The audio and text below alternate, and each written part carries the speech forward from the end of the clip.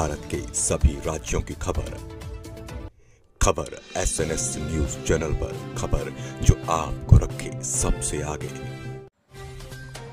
उन्नाव के हसनपुर सगौड़ा में नवरात्रि के अवसर पर हनुमान मंदिर प्राइमरी विद्यालय प्रांगण में रामचरितमानस का अखंड पाठ संपन्न हुआ। सभी ग्रामवासियों ने मिलकर भगवान श्री राम और भक्तवत्सल हनुमान का गुणगान करते हुए माता रानी को नमन किया।